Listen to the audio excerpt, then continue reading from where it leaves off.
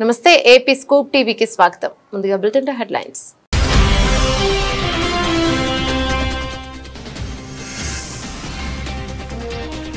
Ukraine కు మద్దతుగా నిలిచే దేశాలను లక్ష్యంగా చేసుకుంటామన్న పుతిన్. ఆ దేశాలను లక్ష్యంగా చేసుకునే హక్కు ఉందని స్పష్టీకరణ.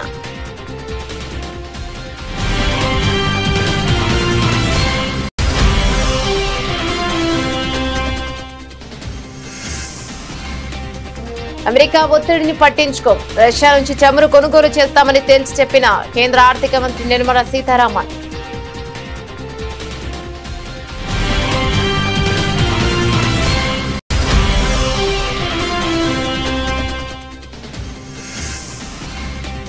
చైనాతో సరిహద్దు, పాక్తో ప్రాక్సీ యుద్ధం సహా భారత్ కు 6 ప్రధాన సవాళ్లు. సిడిఎస్ చౌహాన్ వ్యాఖ్యలు.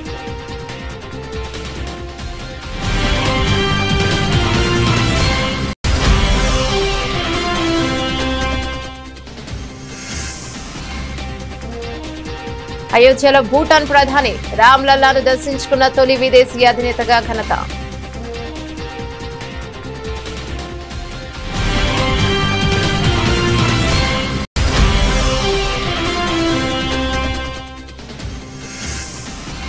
గత కేసీఆర్ ప్రభుత్వంపై సీఎం రేవంత్ రెడ్డి ఘాటు వ్యాఖ్యలు. రెవెన్యూ ఉద్యోగులను దొంగలుగా చిత్రీకరించిందంటూ ఆరోపణ.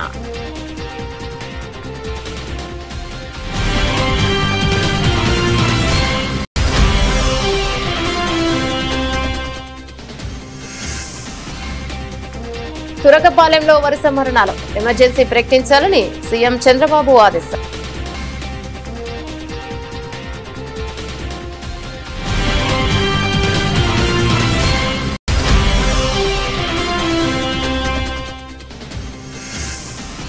కవిత వ్యాఖ్యలపై స్పందించిన మాజీ మంత్రి హరీష్ రావు. ఉద్యమం నుంచి 25 ఏళ్లుగా తన ప్రస్థానం తెరిచిన పుస్తకమని వ్యాఖ్య.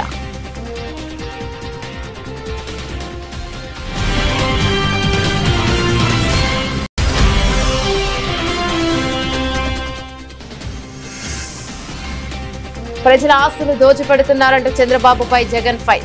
కమిషన్ల కోసమే కాలేజీల ప్రైవేటీకరణ చేస్తున్నారని ఆరోపణ.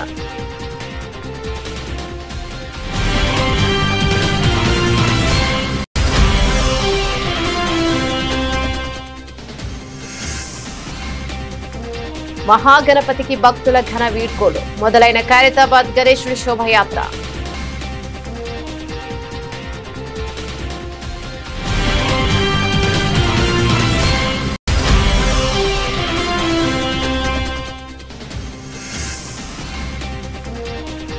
భారత్ పై ట్రంప్ యూటర్న్. కొద్ది గంటల్లోనే మాట మార్పు. వెనక్కి తగ్గిన అమెరికా అధ్యక్షుడు.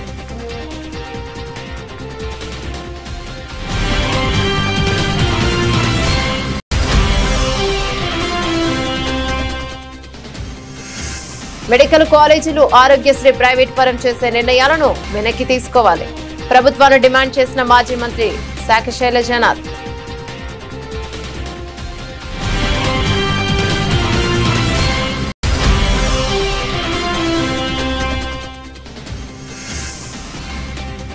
All time record. హైదరాబాద్ లో 2.32 కోట్లు పలికిన 10 కేజీల వినాయకుడి లడ్డు.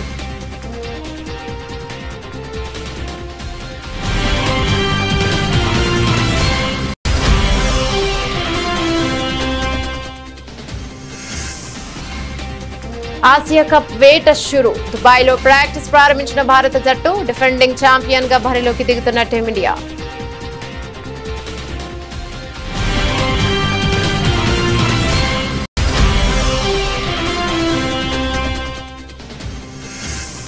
సైమా వేడుకల్లో సత్తా చాటిన కల్కి. పుష్ప 2 చిత్రాలు. ఉత్తమ నటుడిగా అల్లు అర్జున్ కి అవార్డు దక్కగా ఉత్తమ నటిగా అవార్డు తీసుకున్న రష్మిక.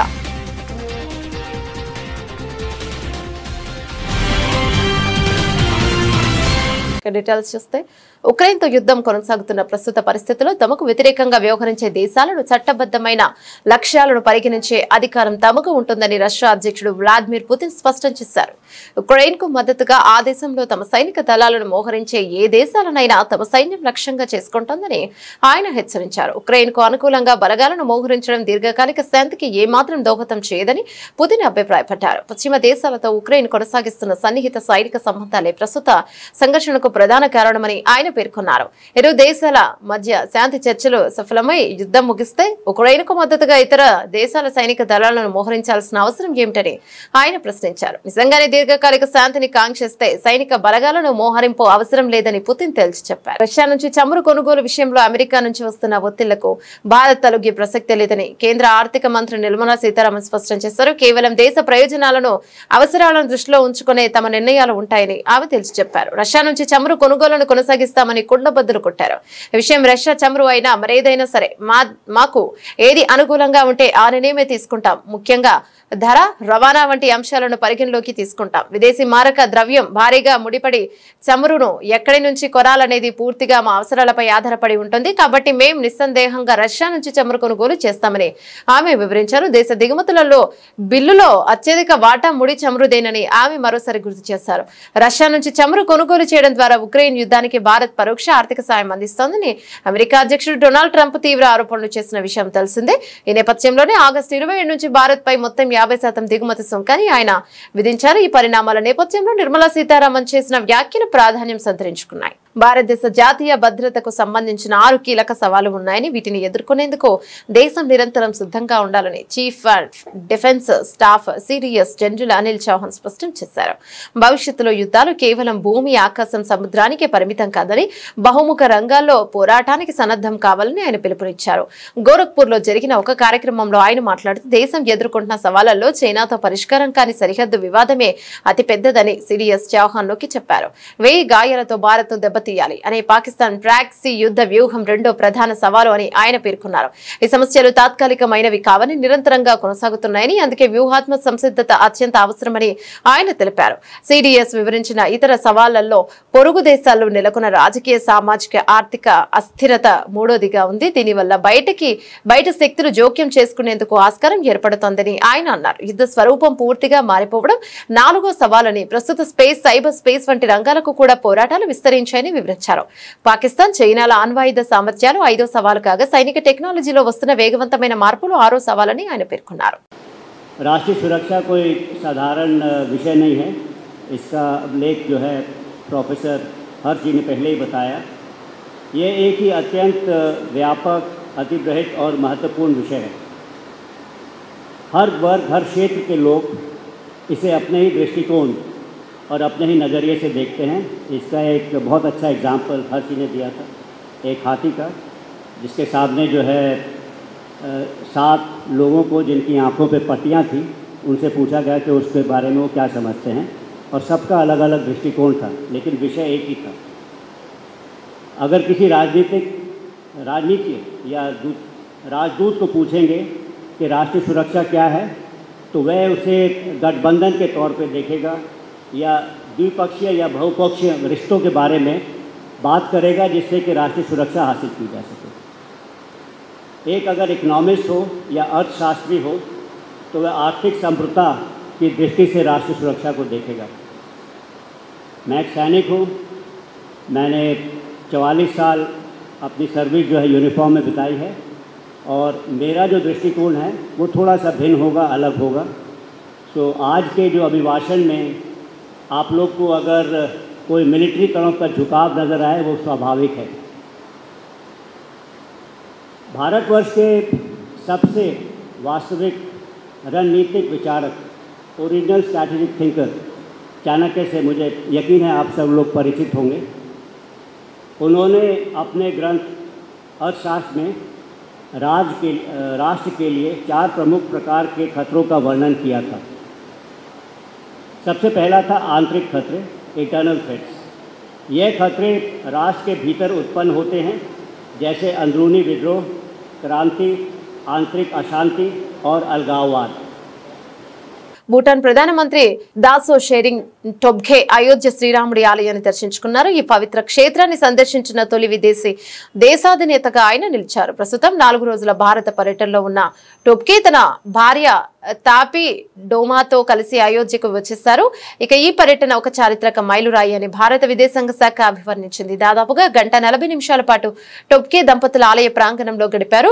గర్భగుడిలో రామ్ లల్లాకు ప్రత్యేక పూజలు నిర్వహించారు. అనంతరం రామ్ దర్బార్ ఆలయాలతో పాటు కుబేరతిల, జటాయు, సప్త మండపాలను కూడా సందర్శించారు. ఆలయ నిర్మాణ పనులను ఆసక్తిగా గమనించారు. శ్రీరామ్ జన్మభూమి తీర్థ క్షేత్ర ట్రస్ట్ ప్రధాన కార్యదర్శి చంపత్ రాయ్ వారికి స్వాగతం పలికి ఆలయ విశేషాలను వివరించారు.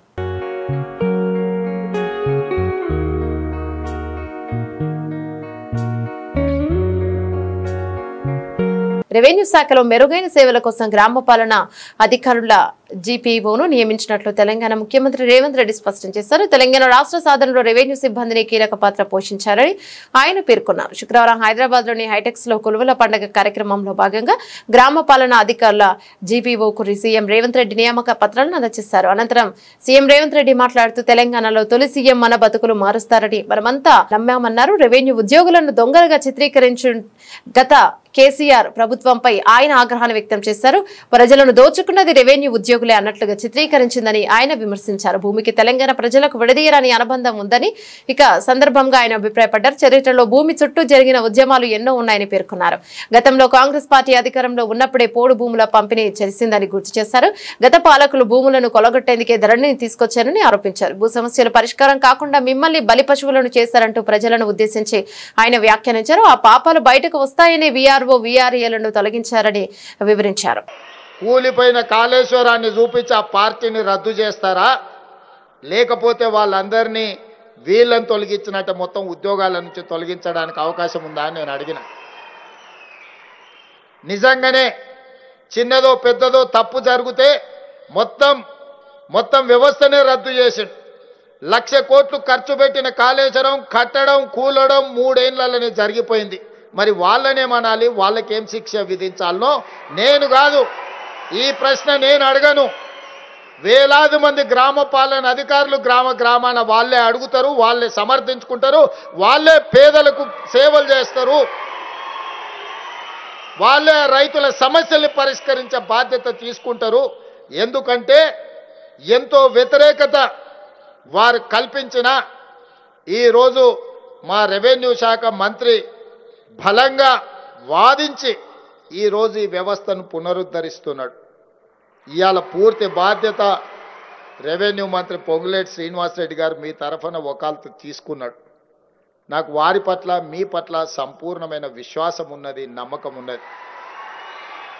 తెలంగాణ సాధనలో భాగస్వాములైన మీరు, ప్రజాపాలన అధికారంలోకి రావడానికి భాగస్వాములైన మీరు ఈ ప్రభుత్వానికి చెడ్డ పేరు వస్తే నాకు, మీకు, మీ సోదరుడు పొంగులేటి శ్రీనివాసరెడ్డి గారికి కూడా చెడ్డ పేరు కాదా?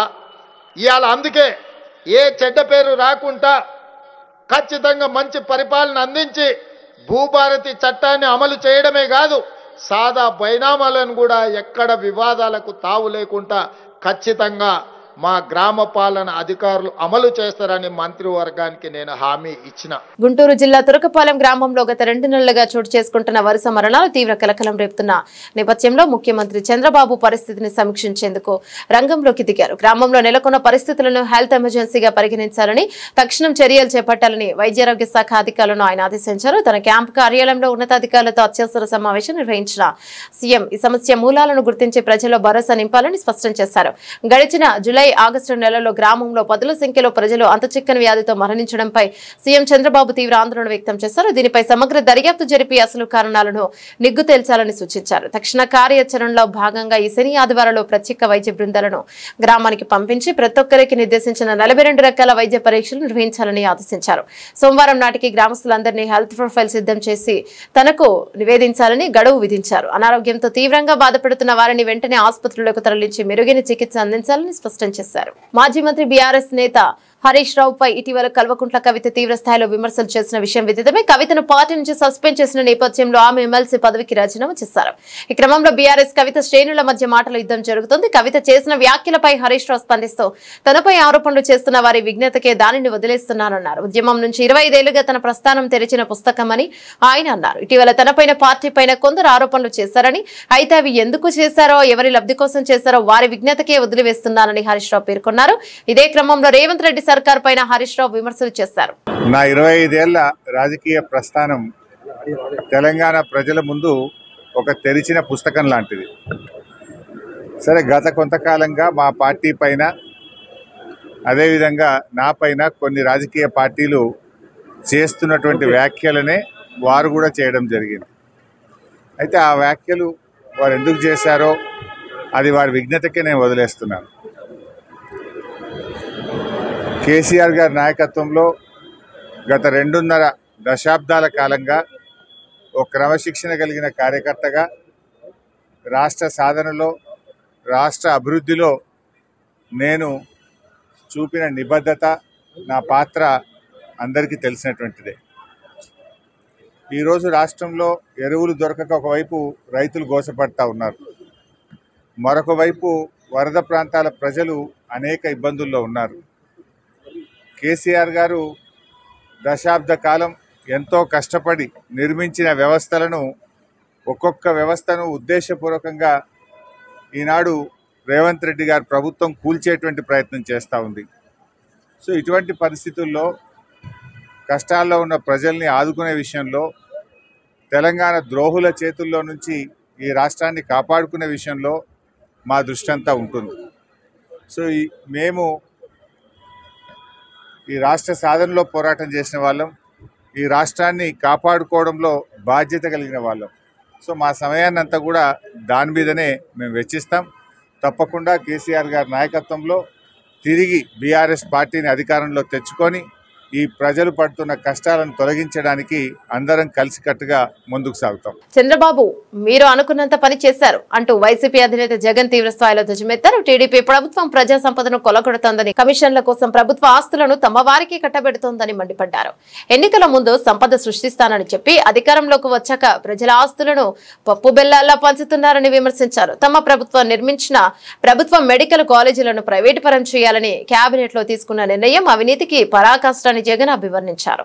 వైసీపీ ప్రభుత్వ హయాంలో ప్రారంభించిన మెడికల్ కాలేజీలను ప్రైవేట్ పరం చేయడం వెనుక భారీ కుట్ర ఉందని జగన్ ఆరోపించారు. ప్రభుత్వ ఆస్తులను దోచుకోవడానికి మీరు మంత్రివర్గ సమావేశాలు పెడుతున్నట్టుంది. కమిషన్ల కోసం ప్రభుత్వ మెడికల్ కాలేజీలను ప్రైవేటు పరం చేయడం ద్వారా మీరు చరిత్రహీనులుగా మిగిలిపోతారు అని చంద్రబాబును ఉద్దేశించి తీవ్ర వ్యాఖ్యలు చేశారు. ఈ నిర్ణయం రాష్ట్రానికి శాశ్వతంగా అన్యాయం చేస్తోందని ఆయన ఆవేదన వ్యక్తం చేశారు.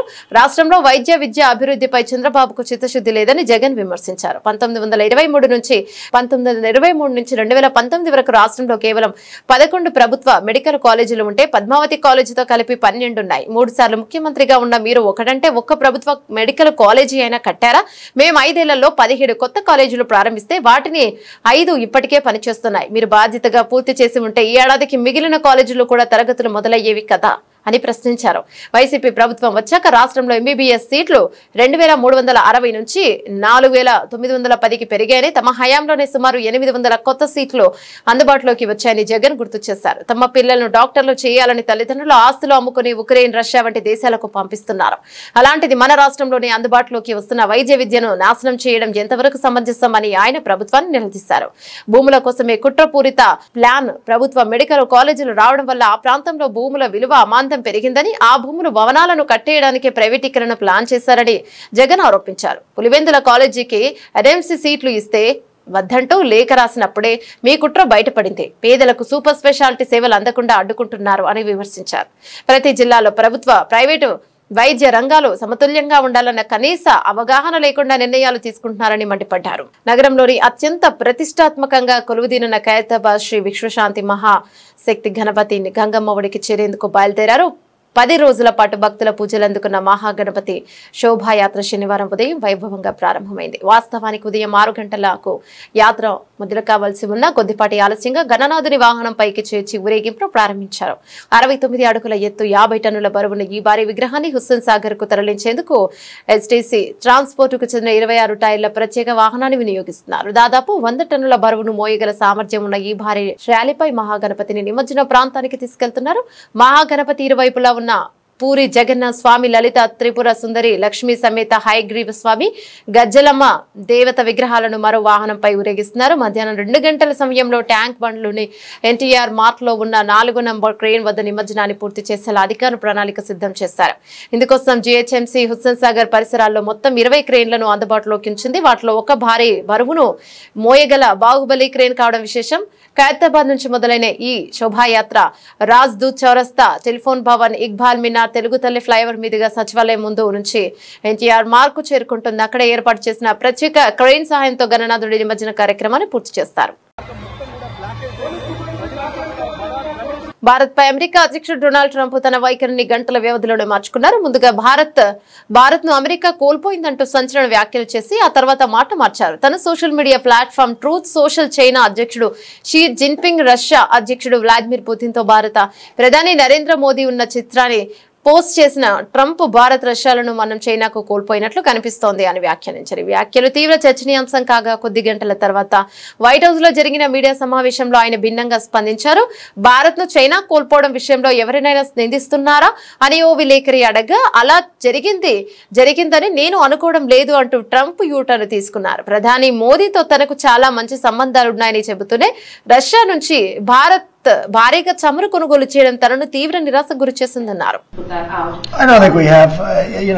I've been very disappointed that India would be buying so much oil, as you know, from Russia, and I let them know that. We put a very big tariff on India, 50% tariff, very high tariff. I get along very well with Modi, as you know. He's great. He was here a couple of months ago. In fact, we went to the Rose Garden and it was the grass. వేల కోట్ల రూపాయల విలువైన ప్రభుత్వ medical college ఆస్తులపై కన్నేసిన చంద్రబాబు వాటిని దోచుకోవడానికి PPP విధానం తీసుకొచ్చారని, ప్రజారోగ్యాన్ని పనంగా పెట్టి మరీ ట్రస్ట్ మోడల్లో ఉన్న ఆరోగ్యశ్రీని హైబ్రిడ్ మోడల్లోకి మారుస్తున్నారని మాజీ మంత్రి షాకే శైలజనాథ్ ఆగ్రహం వ్యక్తం చేశారు. అనంతరం వైఎస్ఆర్సీపీ కార్యాలయంలో ఆయన మీడియాతో మాట్లాడుతూ ప్రభుత్వ మెడికల్ కాలేజీలను ప్రైవేట్ పరం చేయాలన్న ప్రభుత్వ నిర్ణయాన్ని తక్షణం వెనక్కి తీసుకోవాలని డిమాండ్ చేశారు. ప్రజలకు ఉచితంగా మెరుగైన వైద్యాన్ని అందించాల్సిన బాధ్యత నుంచి అక్రమంగా తప్పుకునేందుకే సీఎం చంద్రబాబు ఇటువంటి తప్పుడు నిర్ణయాలు తీసుకుంటున్నారని ధ్వజమెత్తారు. అత్యంత దుర్మార్గమైన నిర్ణయాలు చేశాడు. ఒకటి, ప్రైవేట్ మెడికల్ కాలేజీని ఆంధ్రప్రదేశ్ రాష్ట్రంలో పెడతాము పీపీపీ మోడ్ కింద అని 10 కాలేజీలు పెడతా ఉన్నామని చెప్పుకున్నాడు చంద్రబాబు నాయుడు గారు. ఇంత దుర్మార్గమైన ఆలోచన, మోసపూరితమైన వైఖరి మీకు తప్ప ఇంకెవరికి ఉండదని చెప్పడానికి ఏమాత్రం కూడా సంకోచం పడడం లేదు. జిల్లాకొక్క ప్రభుత్వ ఆధ్వర్యంలోనే మెడికల్ కాలేజీ ఉండాలి అని జగన్మోహన్ రెడ్డి గారి యొక్క గొప్ప నిర్ణయం మేరకు ప్రతి జిల్లాలో కూడా ఒక ప్రభుత్వ మెడికల్ కళాశాల స్థాపించే ప్రయత్నం చేశాం. ఒక ప్రభుత్వ మెడికల్ కళాశాల స్థాపించడం అంటే వివిధ స్థాయిల్లో ఉన్న ప్రజా ఆరోగ్య రంగాన్ని బలోపేతం చేయడం. మీరు అధికారంలోకి వచ్చినప్పటి నుంచే మీ యొక్క దుష్టబుద్ధిని బయట పెడతా వచ్చారు. చివరికి పులివెందుల మెడికల్ కళాశాలలో 50 సీట్లు వచ్చినప్పటికి కూడా నిజంగా అంత నిస్సిగ్గుగా ఏ విధంగా రాయగలిగారో మీకే అర్థం కావాలి. మాకు సీట్లు వద్దు, ఇంకా పూర్తి కాలేదు అవసరాలు కాబట్టి మాకు సీట్లు వద్దని రాసిన ఏకైక ప్రభుత్వం ఇది దేశంలో. ఈ దేశంలోని వివిధ రాష్ట్రాల ప్రజలు, వివిధ రాష్ట్రాల ప్రభుత్వాలు తమ ప్రాంతాల్లో ప్రభుత్వ మెడికల్ కళాశాల కోసం కష్టపడుతూ ఉంటాయి. ఆల్రెడీ అనుమతులు వచ్చిన వాటిని కూడా కాదని చెప్పే మీ యొక్క దుర్మార్గాన్ని మేము బయట చెప్పాలనుకుంటా ఉన్నాం. మేము స్పష్టంగా అడుగుతున్నాం ప్రజల పక్షాన. ప్రజలు మాట్లాడుతూ ఉన్నారు. ఈ రోజున మీరు ప్రభుత్వ ఆస్తుల్ని అప్పనంగా, అంటే ప్రభుత్వ సంపదని అప్పనంగా మీకు కావలసిన వాళ్లకు లేక మీకు లబ్ధి చేకూర్చే వాళ్లకు అంటకు పెడతా ఉన్నారు, అప్పనంగా అప్పగిస్తున్నారని అందరం భావిస్తూ ఉన్నాం. కాదని మీరు చెప్పగలరా అని అడుగుతా ఉన్నాం. తెలుగు రాష్ట్రాల్లో గణేష్ నిమజ్జన వేడుకలు ఉత్సాహంగా సాగుతుండగా లడ్డూల వేలంపాటలో కొత్త రికార్డులు నమోదవుతున్నాయి. బండ్లగూడ జాగీర్ మున్సిపల్ కార్పొరేషన్ పరిధిలో కీర్తి రిచ్మండ్ విలాస్ లో నిర్వహించిన వేలంపాటలో గణపతి లడ్డు ఏకంగా 2.32 కోట్లకు అమ్ముడుపోయింది. శుక్రవారం జరిగిన ఈ వేలంపాటలో గత ఏడాది రికార్డును తిరగరాస్తూ ఈ భారీ ధర పలికింది. కీర్తి రిచ్మండ్ విలాస్ కమ్యూనిటీలో వినాయక నవరాత్రులను ప్రతి ఏటా ఘనంగా నిర్వహిస్తారు. వేడుకల్లో భాగంగా నిమజ్జనానికి ముందు లడ్డు వేలం వేయడం ఇక్కడ ఆనవాయితీగా వస్తోంది. ఏడాది జరిగిన వేలంలో లడ్డును 2,31,95,000 వెచ్చించి దక్కించుకున్నారు. ఈ భారీ మొత్తం నగరంలోని ఒక కమ్యూనిటీలో పలికిన అత్యధిక ధరగా నిలిచింది.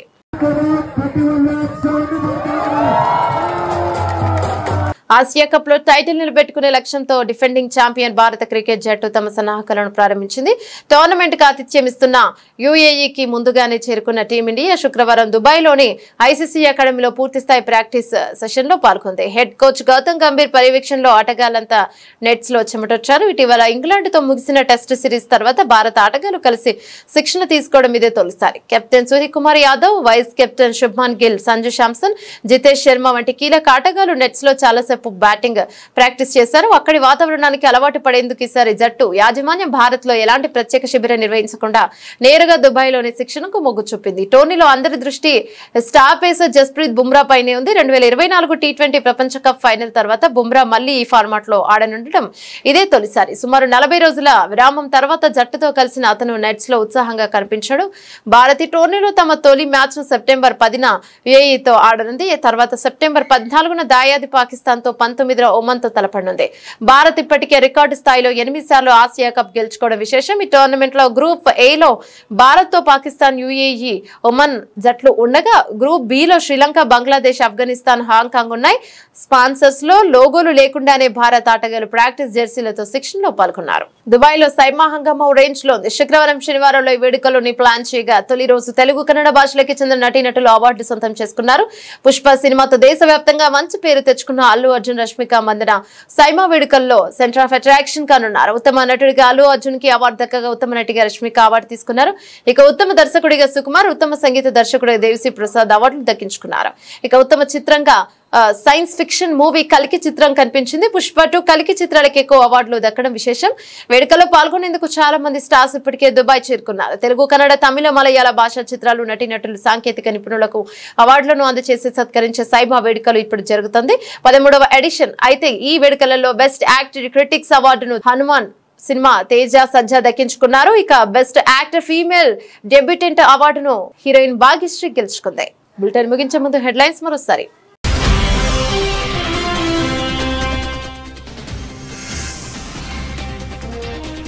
ఉక్రెయిన్ కు మద్దతుగా నిలిచే దేశాలను లక్ష్యంగా చేసుకుంటామన్న పుతిన్. ఆ దేశాలను లక్ష్యంగా చేసుకునే హక్కు ఉందని స్పష్టీకరణ.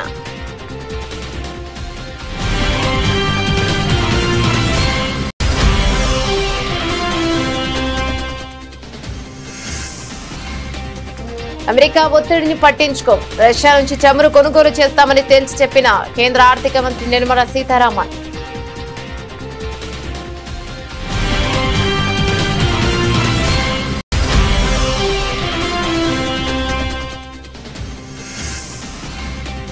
చైనాతో సరిహద్దు, పాక్ తో ప్రాక్సీ యుద్ధం సహా భారత్ కు 6 ప్రధాన సవాళ్లు. సిడిఎస్ చౌహాన్ వ్యాఖ్యలు.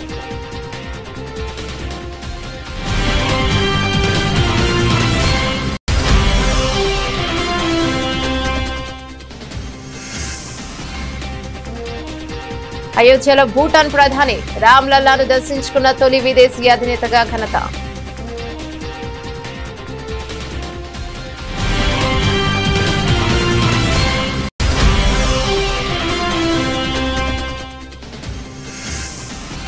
గత కేసీఆర్ ప్రభుత్వంపై సీఎం రేవంత్ రెడ్డి ఘాటు వ్యాఖ్యలు. రెవెన్యూ ఉద్యోగులను దొంగలుగా చిత్రీకరించిందంటూ ఆరోపణ.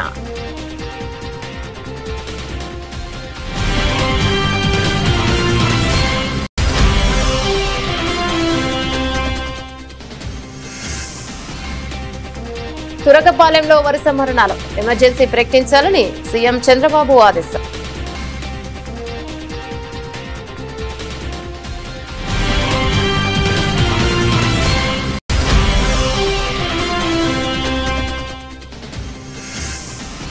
కవిత వ్యాఖ్యలపై స్పందించిన మాజీ మంత్రి హరీష్ రావు. ఉద్యమం నుంచి 25 ఏళ్లుగా తన ప్రస్థానం తెరిచిన పుస్తకమని వ్యాఖ్య.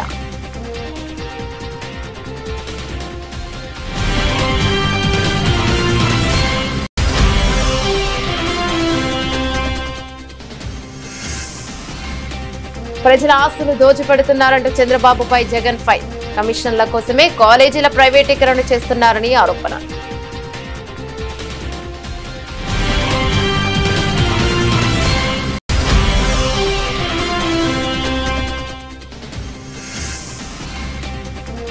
మహాగణపతికి భక్తుల ఘన వీడ్కోలు. మొదలైన ఖైరతాబాద్ గణేశుడి శోభయాత్ర.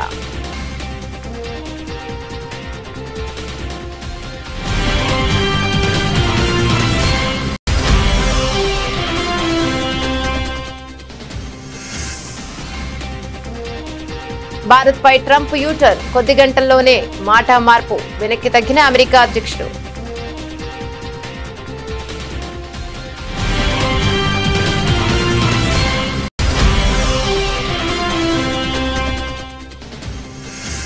మెడికల్ కాలేజీలు ఆరోగ్యశ్రీ ప్రైవేట్ పరం చేసే నిర్ణయాలను వెనక్కి తీసుకోవాలి.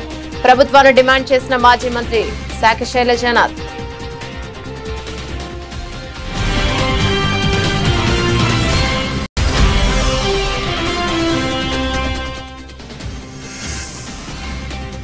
All time record. హైదరాబాద్ లో 2.32 కోట్లు పలికిన 10 కేజీల వినాయకుడి లడ్డు.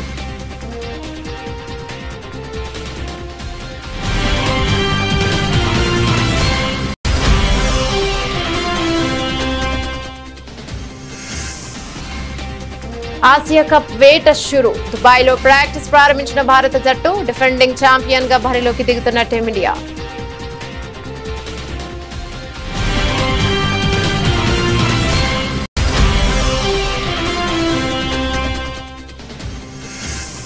సైమా వేడుకల్లో సత్తా చాటిన కల్కి. పుష్ప 2 చిత్రాలు. ఉత్తమ నటుడిగా అల్లు అర్జున్ కి అవార్డు దక్కగా ఉత్తమ నటిగా అవార్డు తీసుకున్న రష్మిక.